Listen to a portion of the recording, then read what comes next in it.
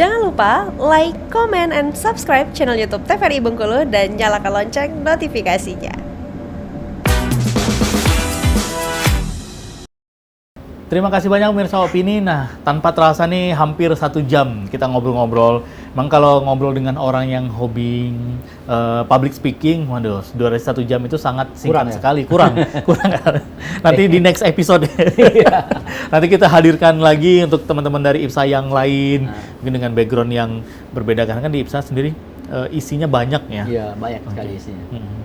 Oke, dan nah kita akan lanjutkan kembali nih, Kak Tatang, untuk seperti apa nih ide-ide yang kira-kira akan dilakukan oleh IPSA ke depannya nih? Pertama, ide yang kami kemas rencana dengan menggandeng Pemda Provinsi adalah program ASI Peduli Membantu Rakyat.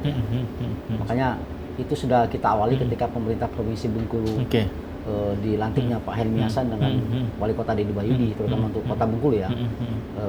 Kita sudah memberikan bantuan sosial kepada sejumlah panti asuhan atau anak-anak yatim. Ini juga sejalan dengan program pemerintah Provinsi Bengkulu, yaitu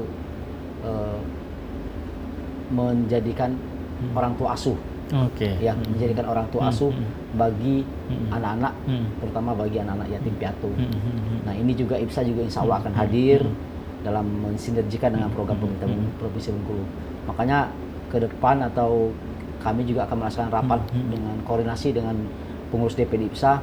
Kita akan menggandeng Dinas Sosial nih, Dinas Sosial Provinsi Bengkulu nih, untuk mensinergikan program DPD IPSA ini dengan program pemerintah Provinsi Bengkulu.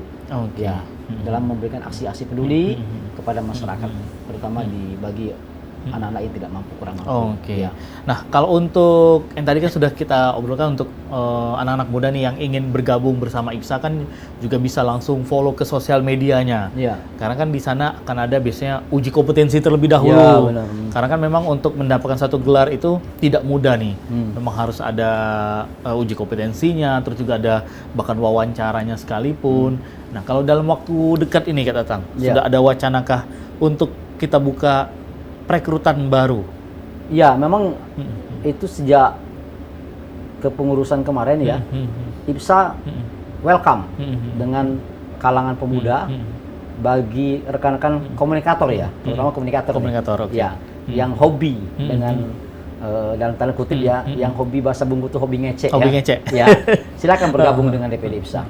Tapi dengan komitmen harus aktif ya, aktif memberikan edukasi kepada masyarakat, memberikan sosialisasi kepada masyarakat, dan mendukung pemerintah.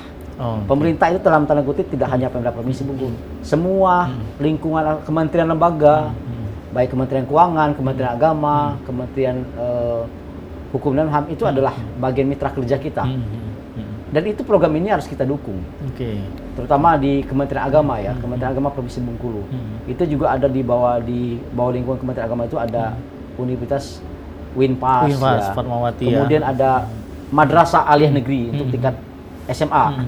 Itu adalah calon-calon generasi hebat yang juga kita punya kewajiban memberikan edukasi kepada mereka.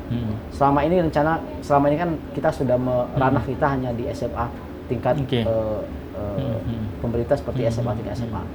Juga di Kementerian Agama. Karena program Kementerian Agama juga sinergi dengan program pemerintah Provinsi Bengkulu, ya, terutama dalam menguatkan kerukunan umat beragama. Benar.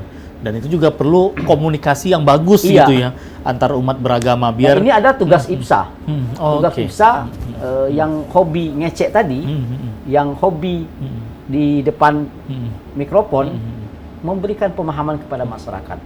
IPSA harus menjadi role model, memberikan semangat, mempengaruhi masyarakat akan penguatan kelembagaan, terutama dalam penguatan kerukunan umat beragama. Karena program pemerintah yang melalui dalam Kementerian Agama ini adalah program penguatan moderasi beragama. Karena kalau sampai miskomunikasi sedikit saja, itu bisa menjadikan konflik. Benar, akan ada perpecahan dan konflik gitu. Makanya perlu komunikasi yang bagus gitu.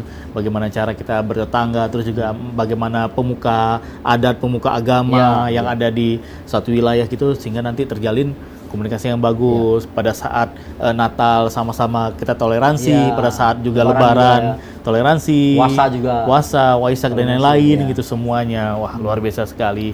Nah, kalau untuk kedepannya nih, IPSA ini arahnya mau kemana nih Kak Tatang? Dan terutama dari sisi harapannya, harapan dari IPSA sendiri, Kak Tatang sebagai wakil ketua gitu, apa yang diharapkan IPSA ini untuk terutama untuk masyarakat Bengkulu atau juga generasi muda Bengkulu?